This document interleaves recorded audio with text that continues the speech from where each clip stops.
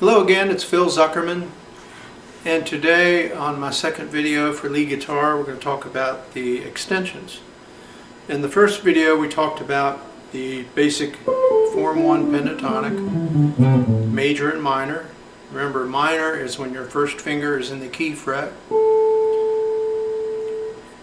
and major is when your pinky is in the key fret. The extensions are for a couple reasons. Number one, when you do the form 1 scale and you're on the first two strings, you're skipping 2 frets. It's a little bit of a reach there, especially on the 6th string. It's kind of hard to reach that unless you shift your hand a little bit. What we're going to do is we're going to relocate those notes to a lower position and a higher position for the higher notes.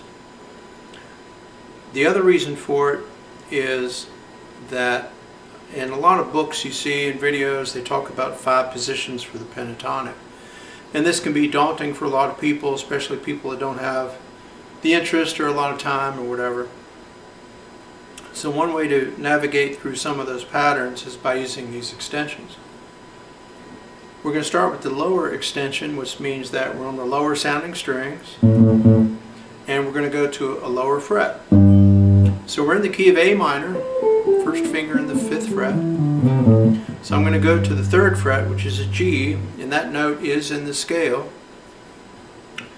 And when you do these patterns, you're not always going to start on the root note of the key, so that can be a little confusing too.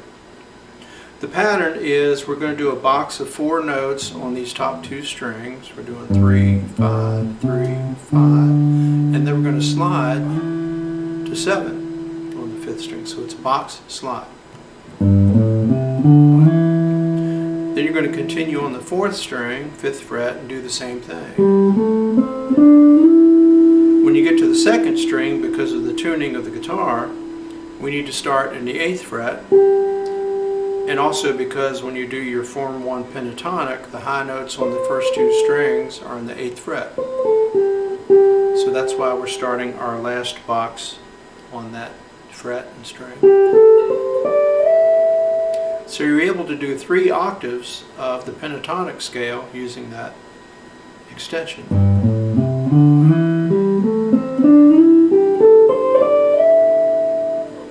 One thing that's happening is we're automatically adding in a slide. Anytime you can add in a technique, whether it's a slide, a hammer, pull, a bend, it's going to add, make the notes sound more interesting. So we're able to do that without really having to think about it too much. The other thing you can do with the extensions is you can add 2nd finger passing notes all the way through it.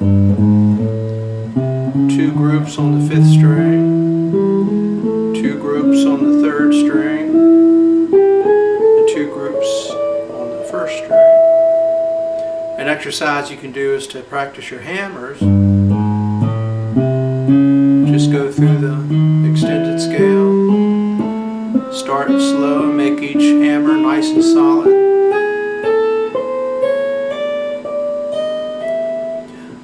When I do a hammer, it's like, say, trying to catch a fly, and you close your hand real quick. So you really hammer that finger down fast. So you can almost hear the sound of my finger hitting the wood. Hear that knocking? Okay, if you go, you're not going to get a real strong hammer. Right. And you can do the hammers through the extended pattern as an exercise. You can do back stepping, which means you're going up 2, back 1, up 2, back 1.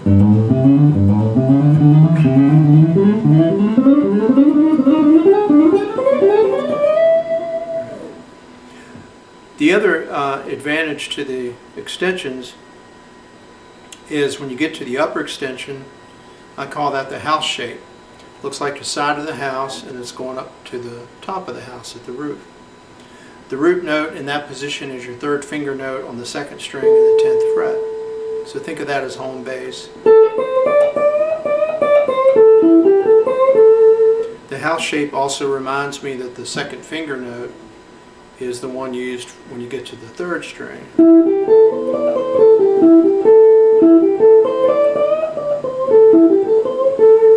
And blues players really like that position. You'll hear them use that a lot. You'll also hear songs that do that's moving up to the upper extension notes and then coming back down again. So that's used quite a bit as well. The extensions can also be used for major. So let's say we're in C major, which is pinky in the 8th fret. So that means I can again start at the 3rd fret.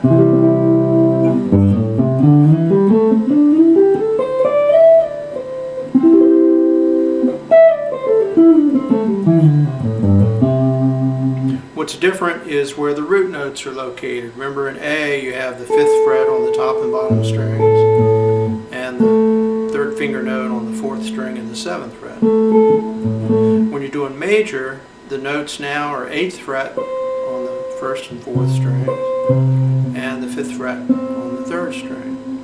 And then in the lower extension it's the 3rd fret on the 5th string.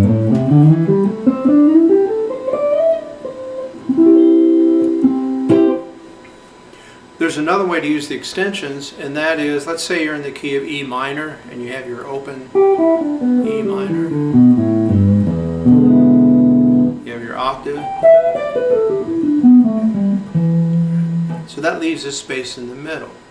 And that kind of goes back to the 5 positions of the pentatonic, or 5 shapes.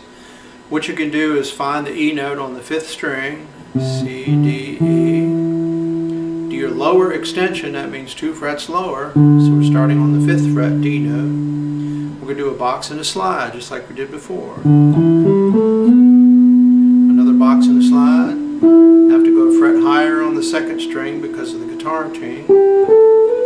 And then I end up on my octave E. Okay. And then I can go back to this shape. Even though the root note E is on the 5th string, you can still use the notes on the 6th string because they're in the E minor scale.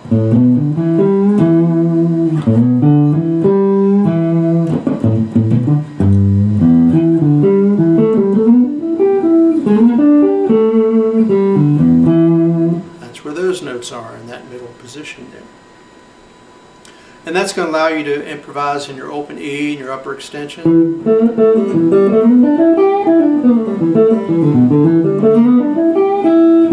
Jump to your root note on the 5th string.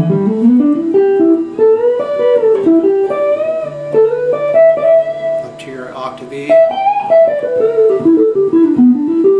Upper extension of your E. Root note on the 5th string again. 22 frets, so I can reach that higher octave at the end of the neck. So just with those 2 extension shapes, I can really go up and down the neck and improvise. What I see used a lot for the major pentatonic, aside from the box and a slide version of the extensions, is what I call the My Girl scale. There was a song out in the 60s called My Girl, and it had a lick in it, which was,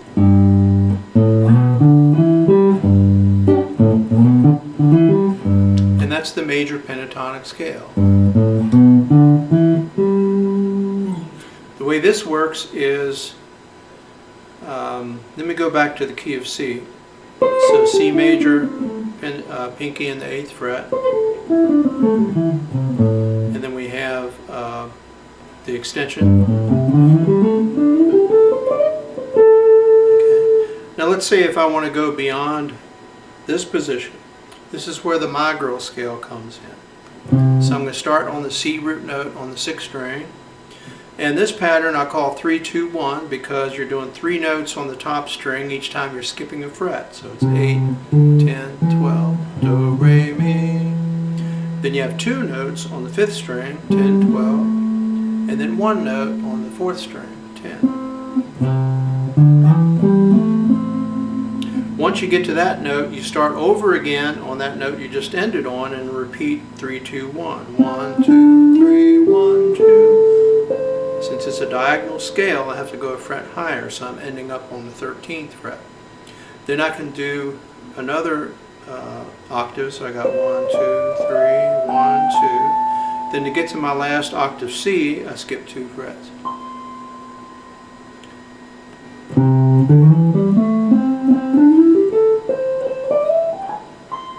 So again, this goes back to how to navigate some of those 5 shapes for your pentatonic.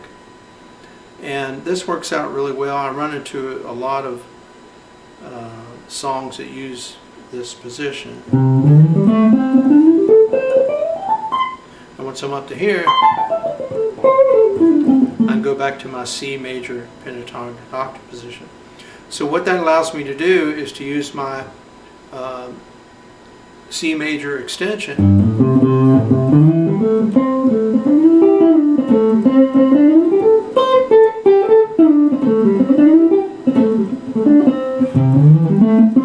micro back to the form 1.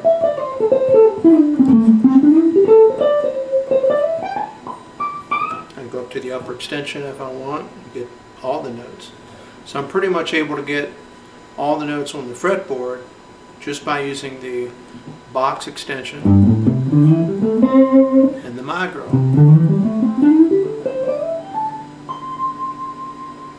So what you want to do is learn those shapes, the box slide shape and the 3, 2, 1 micro shape. And with that you'll be able to basically cover the neck. When it comes to improvising, what you're doing is either playing licks you've already learned from songs and trying to figure out variations of those, or you can start out by taking a basic lick and trying to do variations of that. If I do something like in A minor, if I do just a few notes, root note, up, back down, or you can go down and up. So what you can do is change by adding techniques or changing the timing of the note.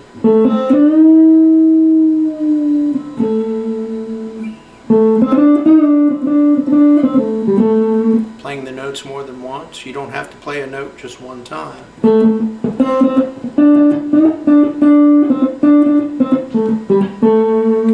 Add some syncopated rhythm to it, that kind of a thing.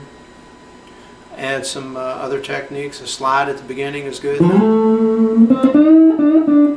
Hammer pull, slide, first finger bend, add vibrato on the last note. So all those things that you add in are like adding spice to your food. It's going to make it more interesting. So mess around with those extensions, keep working on the pentatonics. And the other thing is dynamics, and that's where you pick some notes harder than another.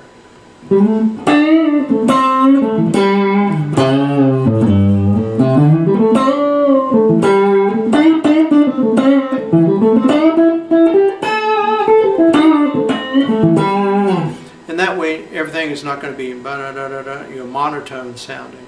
Just like when you talk, some notes you emphasize, some words you emphasize more than others.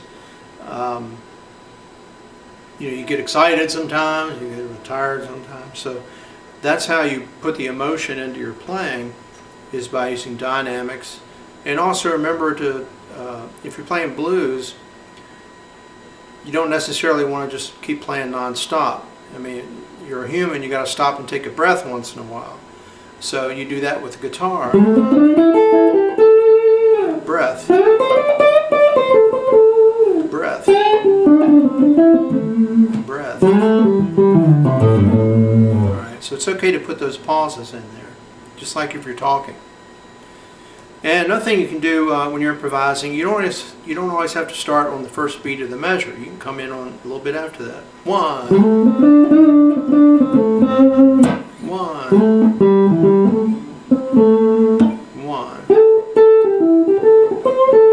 1. So just by doing something simple like that, it's going to sound a little bit more professional and less mechanical. All right. So I hope you enjoyed this video. Hope you got something out of it. Just keep playing. Just keep having fun. Learn as many songs as you can. Learn as many solos as you can.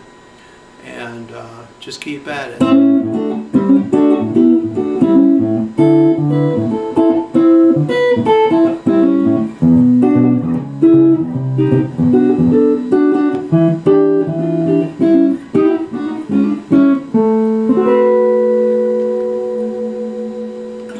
Thank you. Have a good day.